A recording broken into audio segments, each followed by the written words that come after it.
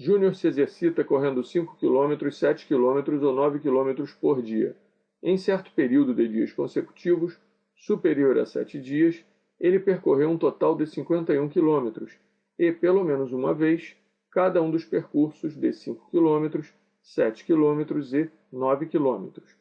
Quantas vezes neste período Júnior percorreu a distância de 5 km?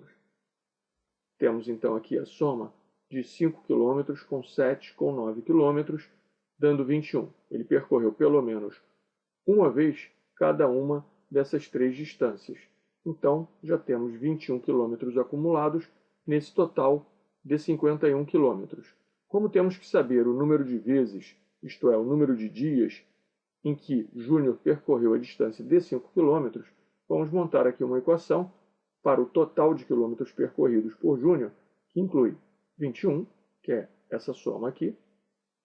Agora temos a combinação, nessa soma, do número de dias em que Júnior percorreu a distância de 5 km, né? Então x multiplicado por 5, mais o número de dias que Júnior percorreu a distância de 7 km, e temos que multiplicar então y por 7, e finalmente o número de dias que Júnior percorreu a distância de 9 km. Então temos que multiplicar w por 9. Essa soma dá 51. Note que, pela condição colocada no enunciado de que o número de dias deve ser maior do que 7, x mais y mais w tem que ser maior do que 4, uma vez que 3 dias já foram gastos aqui, um percorrendo 5 km, outro percorrendo 7 e outro percorrendo 9. Então, esta é a condição sobre a soma de x com y com w.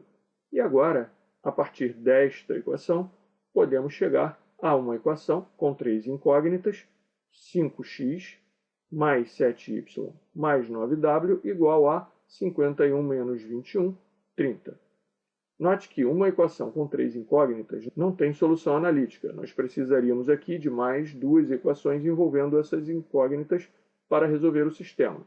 Teremos então que resolver por tentativa. Ocorre que os números são pequenos e podemos ver de cara que 5 vezes 6 igual a 30. Fazendo y igual a 0 e w igual a 0, nós já temos o número de dias em que Júnior percorreu a distância de 5 km. Seria então, considerando que x, y e w são números pertencentes ao conjunto de números naturais, uma vez que eles são números de dias, temos uma única solução, que é x igual a 6, y igual a 0 e w igual a 0.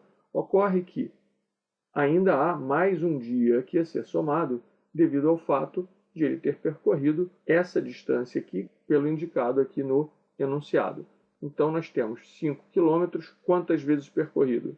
6 vezes aqui, mais uma vez aqui. 7 vezes, então, encerrada a questão.